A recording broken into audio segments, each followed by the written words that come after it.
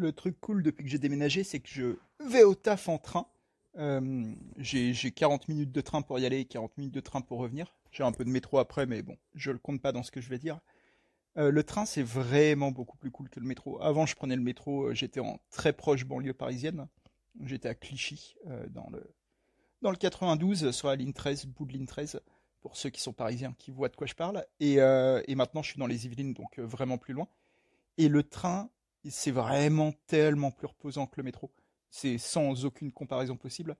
Et donc là, depuis 2 mois que je suis ici, j'ai beaucoup repris la lecture. Enfin, j'ai jamais arrêté de lire, mais le train, c'est vraiment idéal pour ça. Tu peux t'enquiller 40 minutes, ouais, tu peux te faire une petite cinquantaine de pages, suivant la vitesse de lecture, quoi. Ouais, plutôt une quarantaine, on va dire. Euh, et ça fait que ouais, j'ai beaucoup plus lu que d'habitude. Là, je sais pas, je dois être à un livre par semaine, un truc comme ça. Ce qui est à la fois beaucoup pour ceux qui lisent pas, mais ce qui est pas très impressionnant pour plein de gens. Il y a plein de gens qui lisent plus que ça. J'ai toujours été un lecteur assez lent, euh, toute proportion gardée, mais pour un auteur, pour quelqu'un qui bosse dans l'écriture, on va dire que je lis plutôt lentement finalement. Euh, et là, j'ai lu des trucs vraiment très cool ce mois-ci. Enfin, ce mois-ci, ces derniers temps, quoi, depuis que je prends le train. Et je me disais que ouais, j'avais envie de vous parler de ça là ce soir. Je dis ce soir, mais truc marrant, enfin, je sais pas si c'est marrant, mais truc intéressant. Là, en fait, c'est le matin pour moi quand j'enregistre. Je posterai ce soir, mais là, c'est le matin, mais c'est quand même un Insomniac Club. Je me sens pas arnaqueur parce que, ben, comme je travaille de nuit, moi, quand je rentre chez moi le matin, en fait, c'est le moment où j'ai envie de m'endormir et où souvent j'attends un peu avant de m'endormir. C'est rare que je m'endorme dès que j'arrive chez moi. Il y a souvent 1 heure ou 2 où je traîne un peu sur l'ordi, ou voilà, je fais des trucs. Là, je joue à Street Fighter 6. On en reparlera une prochaine fois. Je vais souvent jouer à Street Fighter 6, je pense. Et ouais, non, je disais que j'ai lu des livres vraiment cool, et il y en a deux dont j'avais envie de vous parler, qui pourront peut-être compléter un peu ce qu'on disait dans le tout premier Insomniac Club, sur les conseils de lecture, d'écriture, pardon. Mais justement, le fait que je fasse un lapsus, c'est intéressant parce que ça va parler de ça, du rapport entre lecture et écriture. Les deux romans que j'ai beaucoup kiffé là, c'est deux premiers romans. C'est intéressant d'ailleurs que ce soit des premiers romans, parce que on dit souvent, ouais, je sais pas si on dit souvent ça, je crois qu'on dit souvent, mais je sais pas si c'est vraiment le cas, mais que les premiers romans sont les plus intéressants, et que c'est là que l'auteur est le plus sincère, le plus lui-même. Je sais pas à quel point c'est vrai, parce que je pense que plus on travaille, plus on apprend à écrire, on apprend à maîtriser un peu ce qu'on a envie de dire et comment le dire. C'est pas antinomique avec la sincérité, en fait. Je pense qu'on peut être expérimenté et sincère quand même. Mais en tout cas, il se trouve que ces deux premiers romans, il y en a un qui s'appelle Partout le feu, qui est un très bon titre. Je suis très fan de ce titre, d'une fille qui s'appelle Hélène Laurin, qui vient de Lorraine. Donc il y a des blagues à faire avec son nom, j'imagine qu'elle les a déjà toutes entendues. Et l'autre roman, il s'appelle Rainbow Apocalypse de Tristan Valroff. Je ne sais pas d'où il vient lui, mais il est français en tout cas. Et les deux romans sont extrêmement différents, mais je trouve qu'ils ont des qualités similaires sous certains aspects. Partout le feu, c'est un très court roman, enfin très court, ouais, oui, il est court, hein, il doit faire 150 pages, un truc comme ça. Et en plus, il est d'autant plus court que il est écrit de manière très spécifique. C'est-à-dire que si vous voyez les pages, vous pouvez regarder sur Google ou ce que vous voulez, il y a sûrement des pages qui traînent. En fait, la mise en page donne l'impression que c'est écrit comme un poème, quoi, que c'est écrit en vers. C'est-à-dire que ça passe à la ligne, vraiment toutes les lignes, quoi, si je puis dire. Donc, c'est pas des paragraphes, quoi. C'est vraiment une suite de lignes. Il n'y a pas de ponctuation. Il n'y a ni majuscule, ni point, il n'y a rien du tout. Et donc, ça donne vraiment l'impression d'un poème, mais c'en est pas un. C'est vraiment un roman. Mais en fait, Hélène Laurin, je pense, je ne veux pas parler à sa place, hein, je la connais pas du tout, mais je pense qu'elle a voulu jouer sur l'oralité, sur la scansion, comme on dit, sur donner l'impression d'une parole réelle, d'une parole authentique qui ne serait pas de la littérature. Et en faisant ça, en fait, justement, c'est le paradoxe, c'est qu'elle fait un truc extrêmement littéraire. Elle fait comment dire, elle a une démarche qui est propre à un livre, qui n'aurait pas de sens dans un film, qui n'aurait pas de sens dans un jeu vidéo, dans un manga, dans une BD, que sais-je. Euh, c'est un truc propre au livre, un jeu sur la mise en page, un jeu sur la forme de l'écrit. Et tout ça, moi, je trouve ça très intéressant, justement, d'avoir exploré ce truc-là, euh, d'avoir joué sur la forme. Moi, ça me plaît beaucoup, les romans qui cherchent à expérimenter, même si parfois on peut leur reprocher, et je pense que c'est un reproche qu'on peut techniquement faire à part tout le feu, que ce soit un peu gimmick, comme on dit, c'est-à-dire que ça ne serve pas vraiment à grand-chose, que ça ne serve pas plus que ça le scénario, on va dire. Mais ça, je trouve que c'est des critiques, moi, que j'aime pas. Parce que, en fait, un livre ou un film ou ce qu'on veut, c'est pas que un scénario, c'est pas utilitaire, c'est pas qu'est-ce qui sert le scénario, qu'est-ce qui sert pas le scénario, faut retirer tout ce qui sert pas l'histoire. Ben non, en fait, enfin, à ce prix-là, autant écrire un résumé Wikipédia, quoi. Évidemment que le style, la forme, les émotions, les descriptions, prendre son temps, jouer avec le rythme, évidemment qu'en fait ça sert dans un roman, que c'est pas accessoire. Ça peut l'être si vraiment vous voulez écrire un roman purement scénaristique, mais à ce prix-là, peut-être écrivez un scénario. On va reparler de ça, je pense d'ailleurs, c'est là où je voulais en venir en fait. Mais, euh, mais ouais, en tout cas, la forme de Partout le feu est ultra intéressante, ce qui en fait une lecture d'ailleurs très rapide parce que il y a un truc très oral, ça coule tout seul quoi. On a l'impression de lire un peu le journal intime de quelqu'un. Et le quelqu'un en question d'ailleurs, l'histoire, si je peux parler, si je peux quand même parler de ça un peu, mais Partout le feu, en fait, ça va raconter le quotidien et les réflexions d'une fille qui est très engagée dans le combat écologique contre le réchauffement climatique, voilà, et qui fait des actions un peu coup de poing, quoi, un peu illégales, euh, comme je sais pas de l'invasion d'usines, des choses comme ça, comme ça existe. Hein, il y a beaucoup de groupes militants qui font du militantisme comme ça de combat, quoi, qui flirtent avec les lois et tout ça. Enfin, et donc ça, c'est un des aspects de sa vie, et en même temps, ça se double d'une espèce de dépression tenace, quoi, dont elle se sort pas, ce qui en fait un personnage très affaibli par la vie, euh, qui a beaucoup de mal à même tenir son quotidien, quoi. Il y a un rapport un peu au mec aussi, mais qui est pas, c'est pas le centre du roman, mais disons que ça en parle un petit peu aussi. Euh, et ouais, il y a un truc vraiment touchant chez cette héroïne parce elle est en perdition. En fait, on voit un peu avec par le naufrage d'une fille, on voit le naufrage en live en fait sur ces 150 pages. On voit comment elle n'arrive plus à s'en sortir et comment elle arrive de moins en moins à s'en sortir et comment tout ça se conjugue avec son combat militant quoi. Et la forme va dans le sens de ce naufrage aussi. C'est pour ça que je dis que ça sert pas à rien la forme, que c'est pas juste un gimmick. C'est que comment dire, cette forme très hachée, très orale comme ça, donne aussi cette sensation de perdition, de naufrage d'une fille qui ne va plus au bout de ses idées, qui va plus au bout de ses propos et qui enchaîne les phrases sans trop savoir ce qu'elle a envie de dire au final. C'est un roman que j'ai trouvé vraiment brillant. Euh, Très très bon roman. Très bon objet littéraire en fait. Très bon titre, encore une fois, comme je disais, vraiment jaloux de ce titre, Partout le feu, ça claque de ouf. Euh, et ouais, ouais, non, c'est vraiment très belle découverte. Je sais plus chez quel éditeur c'est, j'ai pas pris le livre à côté de moi, mais, euh, mais c'est un petit éditeur français. Je pense pas que le livre ait fait grand bruit, j'ai pas l'impression. Moi, il m'a été offert par un pote que je remercie. Il se reconnaîtra, Florian. Euh, et, et je merci Florian. Et oui, qu'est-ce que je disais? Oui, non, c'est un roman, je pense, qui est un peu passé inaperçu. Pas complètement non plus. J'ai regardé sur internet, ça en a parlé à droite, à gauche, mais c'est pas l'événement, quoi, si vous voulez. Donc, si ça peut en intéresser certains d'entre vous, vraiment, c'est un objet littéraire très intéressant. Et, euh, et l'autre roman dont je parlais, Rainbow Apocalypse, alors vous allez voir, ça a vraiment pas grand-chose à voir, mais il y a des choses à en dire qui sont similaires. C'est un roman jeunesse, on va dire adolescent, young adult comme on dit. Mais en vrai, bon, il a été édité par le Rouergue, ça je me rappelle, qui est un éditeur qui fait de l'ado, mais en vrai il peut être lu par un peu n'importe qui. C'est pas spécialement ado, c'est plus dans l'écriture, on va dire, et encore, enfin. Mais franchement, il peut être lu par n'importe qui. Et, et il raconte, c'est un roman de fantasy qui se passe dans notre monde, mais notre monde a été envahi par les fées des contes de fées, quoi, qui ont un peu tous les pouvoirs, enfin même complètement tous les pouvoirs, qui sont immortels, qui sont invincibles et qui font vraiment ce qu'elles veulent, quoi. Elles jouent avec les lois de la physique, donc on peut rien faire contre elles. Et en fait, elles ont envahi la Terre un jour, elles ont tout transformé, genre elles ont détruit les villes, elles ont détruit la civilisation, tout ça, sans tuer personne. Elles n'ont tué aucun, aucun humain, mais elles ont mis fin à la civilisation humaine, quoi.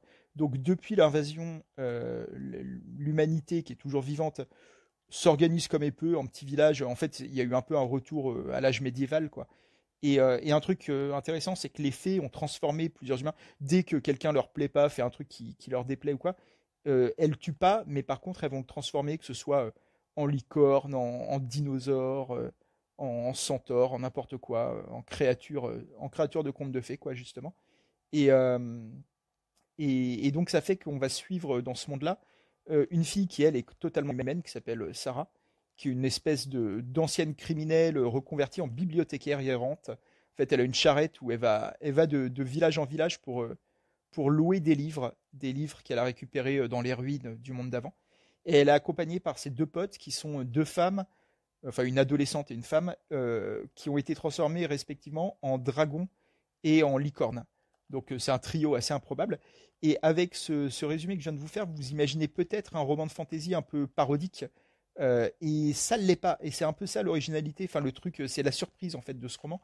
C'est que même quand vous voyez la couverture qui est très colorée, ouais, qui a un côté what the fuck un peu rigolo, avec une licorne, voilà, enfin bref, vous regarderez la couverture. On peut imaginer ouais, un truc drôle, un truc comique, et c'est une bonne surprise en fait de découvrir que Tristan Walroff, là, l'auteur, il a vraiment pensé son monde avec sérieux, et en fait passé quelques blagues. Il y a évidemment deux trois clins d'œil, deux trois trucs un peu rigolos, mais globalement, non, non, c'est un roman de fantasy premier degré. Qui prend pas du tout ses lecteurs pour pour des cons et qui ne tire pas le fil d'une blague sur 400 pages, quoi. Il y a une vraie conception d'univers, un vrai travail littéraire, de construction et tout. Et, euh, ouais, c'était une très bonne surprise. Et il y a une très bonne surprise aussi dans l'histoire, en gros, où je ne vais pas trop vous en raconter, mais les fées embauchent Sarah et ses deux potes pour tuer quelqu'un. Parce qu'elles ont un code d'honneur qui font qu'elles ne tuent personne, mais il y a quelqu'un qu'elles doivent tuer, pour des raisons que je ne vais pas trop développer. Et ce quelqu'un en question est très intrigant. Je trouve, on va dire que c'est le méchant du roman, hein, globalement. Et il est très bien construit. Et on dit souvent que c'est très important de bien construire son méchant. Et là, c'est une preuve, enfin, c'est un exemple d'un récit où ça a été très bien fait. Et je me dis que ces deux romans, donc Partout le feu dont je vous parlais, et Rainbow Apocalypse, euh, tout différents qu'ils soient, ils sont vraiment très différents, ont des points communs intéressants parce que les deux sont des livres justement qui sont faits pour être des livres. Je ne sais pas si vous voyez ce que je veux dire. C'est-à-dire que c'est des objets littéraires, quoi. Et moi, c'est un peu ça que je conseillerais si je dois donner un conseil d'écriture aux jeunes auteurs, aux aspirants auteurs. C'est déjà soyez sûr que vous voulez écrire des livres. Soyez sûr, parce que ça paraît bête, ce que je veux dire. Ça a deux sens en fait. C'est-à-dire que soyez sûr que vous voulez écrire des livres dans le sens ça va demander du travail, des efforts, ça va prendre du temps et à la fin en plus ça risque d'être décevant parce que les livres on vend très peu, c'est pas du tout les mêmes chiffres que le cinéma, c'est pas le même succès, c'est pas le même argent, c'est pas la même popularité, c'est pas la même notoriété. Et donc si vous vous attendez à ça, ceux qui veulent devenir célèbres en devenant auteur, je pense que c'est un très mauvais pari à faire. Euh, donc il y a ce côté-là, mais il y a aussi, soyez sûr que c'est vraiment des livres que vous voulez faire. En fait, je pense qu'il y a plein de gens, quasiment tout le monde, qui ont envie de raconter des histoires. Ça, je pense qu'on a tous des histoires en tête. Quasiment tout le monde, même les gens qui ne font pas de création artistique particulière, je pense qu'ils ont des idées de récits. Et ça leur est déjà arrivé à vous d'avoir des idées pour un roman, pour un film, pour une BD. Ah, ce serait trop bien une histoire où il se passerait ci, il se passerait ça. C'est original, tout ça. Donc on a tous ce truc, cette petite impulsion, je pense, de vouloir raconter des histoires. Et il se trouve que économiquement et en termes de compétences techniques, le livre, le roman, l'écriture apparaît comme le plus accessible. C'est-à-dire que c'est quand même plus accessible d'écrire un roman que de réaliser un film ou de créer un jeu vidéo. Je pense, ou même faire une BD. Faire une BD, il y a quand même ce truc, il y a le rapport au dessin, ou quand même, si vous ne savez pas dessiner, globalement, vous le savez que vous ne savez pas dessiner.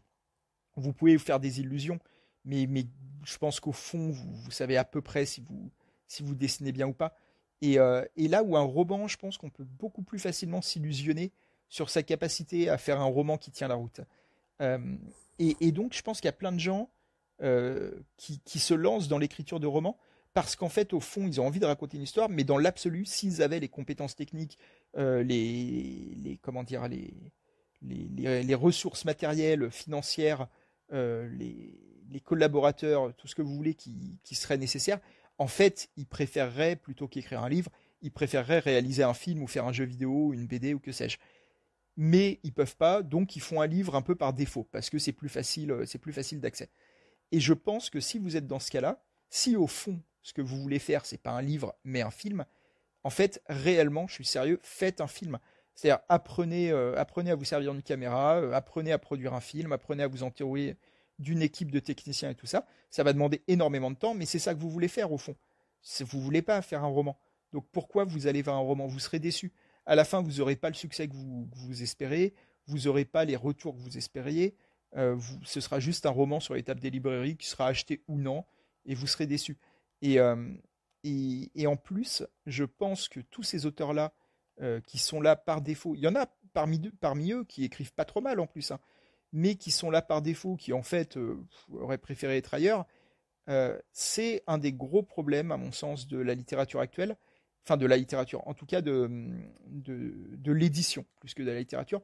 C'est-à-dire qu'il y a plein d'auteurs qui sont là pour des mauvaises raisons, et donc ça en fait souvent des écrivains très portés sur l'argent, qui parlent. C'est un truc, en tant qu'auteur, on en parle souvent entre nous, sur les salons et tout, il y a vraiment une catégorie d'auteurs qui ne parlent que de ça, qui ne parlent que de comment se vendre, comment faire la promo, quel éditeur paye mieux que tel autre, tout ça.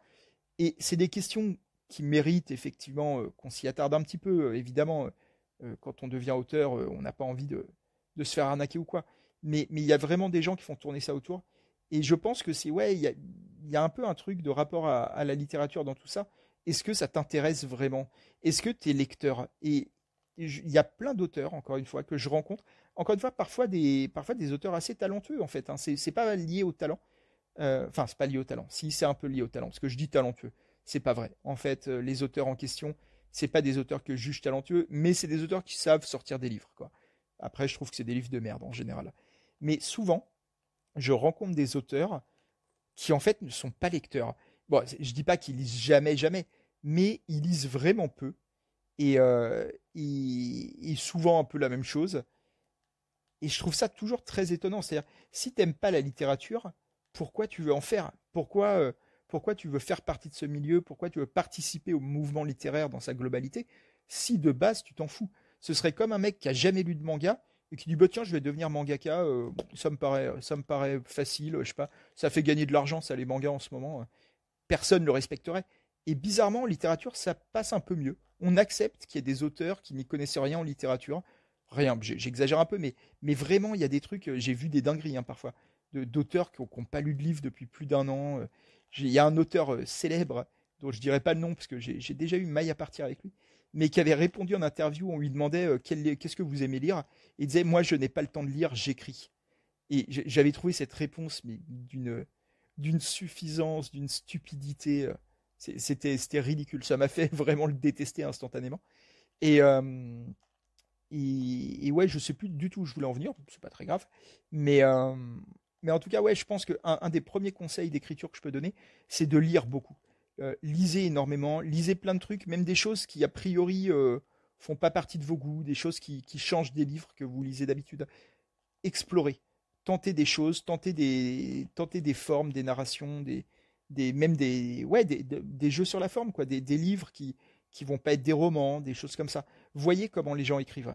Et soyez sûr que vous aimez ça, en fait, que vous aimez les livres, que vous aimez la littérature, que vous aimez l'écriture, que vous avez envie de faire partie de ce mouvement-là, et pas d'un autre. Si c'est d'un autre que vous avez envie de faire partie, si les histoires que vous avez en tête, au fond de vous, vous vous dites que vous préféreriez quand même que ce soit un jeu vidéo, mais apprenez à faire un jeu vidéo.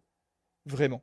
Vous vous rendrez service à vous, parce que comme ça, vous pourrez atteindre votre rêve, j'ai en tête. C'est peut-être un peu fort de dire rêve, mais en tout cas votre objectif.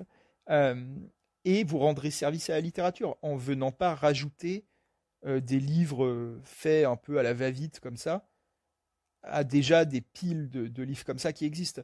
Il y a déjà beaucoup trop de livres très dispensables qui sortent toutes les semaines, tous les jours même. C'est pas la peine de rajouter les vôtres en vrai si vous n'êtes pas très motivé. Voilà. Je parle de tout ça parce que ouais, les deux livres dont je parlais au début, je vous mettrai les liens en description si vous avez envie d'aller les acheter ou même les découvrir. Je vous mettrai les liens Babelio. Babelio, c'est le site, c'est un peu l'équivalent manga collect de la littérature. Et, euh, et ouais, comme ça, vous pourrez voir un peu de quoi je parle. Et ces deux livres-là, en tout cas, je connais pas leurs auteurs. J'ai un tout petit peu parlé avec Tristan Valroff, l'auteur de Rainbow Apocalypse. On a un petit peu parlé sur Instagram récemment. Je l'ai félicité pour son livre, quoi. Ça, c'est pas aller plus loin. Mais on se connaît pas du tout. J'ai rencontré ni l'un ni l'autre. Mais les deux, que ce soit Hélène Laurin ou Tristan Valroff, je suis sûr à la lecture de leurs livres, genre je suis sûr de moi que c'est des gens qui aiment les livres, qui aiment la littérature et qui sont pas là par hasard. L'un comme l'autre, de façon très différente, c'est des livres enfin c'est des histoires qui sont faites, qui ont été pensées, imaginées pour être des livres et pas autre chose. Alors ça peut toujours, évidemment, et je leur souhaite qu'il y ait une adaptation en film ou que sais-je. Ça arrive très rarement. En réalité, c'est beaucoup plus rare qu'on a l'impression. Mais si ça leur arrive, grand bien leur face. Mais je sens que dans la manière dont ils ont conçu leur histoire, dont ils l'ont écrite, ils l'ont vraiment pensé comme un roman. Et je trouve ça toujours très bien. C'est toujours quelque chose qui me rassure beaucoup et qui me fait d'instinct un petit peu apprécier un auteur, quoi. Quand je sens ça dans ses livres, je me dis, ok, au moins, je sais pas si on serait potes ou quoi, mais au moins, on parle de la même chose, quoi. On est sur les mêmes critères de ça veut dire quoi écrire un bouquin, quoi. Et ça veut pas dire, c'est pas un truc de qualité. Il y a des très mauvais bouquins, je pense, qui ont été écrits de la bonne façon. Il y a des gens qui doivent adorer la littérature, qui ont vraiment envie d'en faire partie, et qui, soit par manque de travail, par manque de talent, par manque de tout ce qu'on veut, ont un peu de mal à concrétiser le truc. Donc c'est pas vraiment un truc de talent, mais c'est un truc d'intention et ouais, d'avoir quand même envie d'être là. C'est un petit milieu, la littérature, comme je dis, ça brasse peu d'argent. C'est pas du tout c'est pas du tout le même degré de notoriété ou de quoi que ce soit que dans les autres milieux artistiques. Euh, donc, si vous y venez, faut y venir pour les bonnes raisons, sinon c'est sûr que vous serez déçu et qu'en plus vous allez ramener une mentalité dans ce milieu-là qui est déjà bien là, hein, malheureusement, mais qui est une mentalité très parasitaire ou de gens qui s'attendent à faire des chiffres énormes, qui trouvent anormal de ne pas vendre énormément, alors qu'en fait, ben oui, c'est le propre de la littérature. On est sur un truc qui est devenu un truc de niche, un petit peu la littérature. J'aimerais qu'il y ait plus de lecteurs, mais c'est pas le cas. Et à vouloir chercher des moyens en permanence, je vois beaucoup d'auteurs comme ça en ce moment, qui cherchent des moyens de rendre la littérature plus sexy, plus compatible avec les réseaux sociaux, tout ça, machin. J'ai l'impression qu'on est en train de transformer la littérature en autre chose, enfin pas tout à fait en autre chose, mais en tout cas on est en train de chercher dans la littérature quelque chose qui ne s'y trouve pas par nature. Et en fait, je me demande pourquoi. Si c'est ça que vous cherchez, allez chercher ces éléments-là où ils sont. Devenez youtubeur, devenez, je sais pas, chanteur, acteur. Si c'est le succès populaire que vous cherchez, c'est plus là-bas. Et je dis ça sans aucun jugement. J'ai rien contre les youtubeurs, j'ai rien contre les acteurs. Mais oui, c'est plus ces boulots-là qu'il faut faire si vous voulez espérer une réussite financière, populaire, une notoriété, voilà. Je, je pense que ce que je dis peut être assimilé à un genre de gatekeeping, comme on dit, c'est-à-dire à un côté gardien du temple, genre venez pas salir ma littérature, quoi. Mais ça me paraît plus être un truc de bon sens, en fait. De, Ce serait un peu comme quelqu'un qui irait à un concert de rock et qui dirait ouais, mais moi j'aime pas le rock, pourquoi vous pouvez pas jouer du rap plutôt? Ben il fallait aller à un concert de rap en fait, c'est pas grave. C'est juste t'es pas au bon endroit. Et là c'est un peu pareil la littérature. C'est si vous voulez faire autre chose que de la littérature, faites autre chose. ne venez pas là par défaut, quoi. C'est un peu insultant, en réalité. Ce côté de, bon, ben, je pouvais pas faire un film, alors j'ai fait un roman. Ouais, mais en fait, il y a des auteurs qui veulent faire des romans. Donc, c'est un peu... Voilà. Je sais pas si tout ce que je raconte a un sens et ce que vous en pensez. Mais, euh, mais ça me paraissait être un propos que j'avais envie de développer et qui partait de ces deux romans. Donc, je redis Partout le feu de Hélène Laurin et Rainbow Apocalypse de Tristan Valroff. Deux très cool romans, chacun à sa manière. Voilà, je vais encore un peu jouer à Street Fighter 6 et puis j'irai dormir quand même un petit peu avant de reprendre le taf ce soir. Ça n'en finit jamais. Je vous dis à plus. Rendez-vous la semaine prochaine, lundi prochain pour une vidéo manga. Ce sera sur Paka, un manga que j'ai beaucoup aimé récemment.